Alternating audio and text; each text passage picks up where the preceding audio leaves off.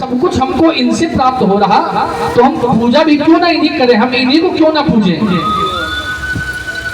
और ये सच भी है कि कभी कभी भ्रम हो जाता है हमको, क्या कि ये जो स्थिति बन रही है ये किसी और कारण से बन रही है। इसका असली मूल रूप कारण हम लोग समझ नहीं पाते हैं कि असली कारण क्या है, मूल कारण क्या है, हमको समझना चाहिए। बोले भाई सारे ब्रजवासी 100 बिल्कुल 100% की है और बिल्कुल खरे सोने की तरह बिल्कुल खरी है, लेकिन करनो का है ये तो बताओ, क्या करना पड़ेगा। बोले कुछ नहीं करना, सबसे पहले सुबह अच्छे से नहा धो के नंद बाबा ने कहा ठीक है, काम करो, पूरे ब्रज मंडल में ये सूचना पहुंचा दो कि कल इंद्र की पूजा नहीं होगी, कल गोवर्धन महाराज की पूजा होगी। बोलो गिरवर गिरधारी गोवर्धन महाराज की। ये गोवर्धन महाराज कोई और नहीं है, ये स्वयं हमारे भगवान का ही एक स्वरूप है। सभी लोग भोर हुई, सब इकट्ठा है गए सब। अब कन्हैया जी को अध्यक्ष जी की तरह बिल्कुल एक जगह बिल्कुल बीचों बीच खड़ा कर दिया गया कि अब जैसा ये संचालन करेंगे भाई वैसे ही काम करना है। तो किसी को पता ही नहीं कि पूजा कैसे होनी है। बोले करना कुछ नहीं, सबसे पहले क्या होता है पूजन में भगवान का स्नान।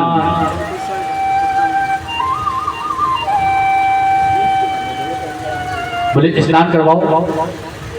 अब फिर गोवर्धन महाराज दोनों शालिग्राम की बटिया तो है नहीं कि 100 ग्राम पानी में डुबो दो, तो भगवान ने स्नान कर लिया।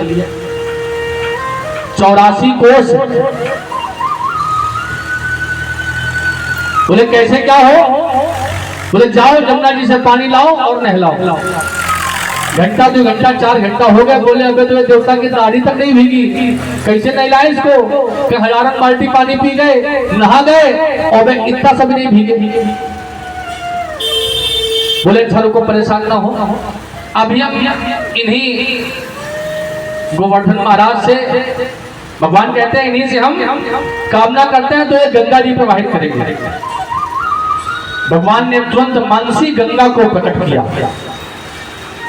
और जैसे ही मानसी गंगा प्रकट हुई सारे ब्रजवासी बहुत उत्साह के साथ नाचने लगे कि देखो आज हमारे कन्हैया ने गोवर्धन महाराज से कहकर यहीं पर मानसी गंगा उत्पन्न कर दी। सभी जय जयकार करने लगे। बोले जय जयकार अभी ना करो, अभी काम पूरा नहीं हुआ। बोले अब क्या करना है। बोले अब रोली चंदन बोले ये सब कुछ नहीं। बोले जिसके घर में जो कुछ है वो ले आओ, लेकिन सबसे पहले सबसे बढ़िया चीज एक काम करो, अपने घर से अच्छे अच्छे पकवान लेकर आओ। भोग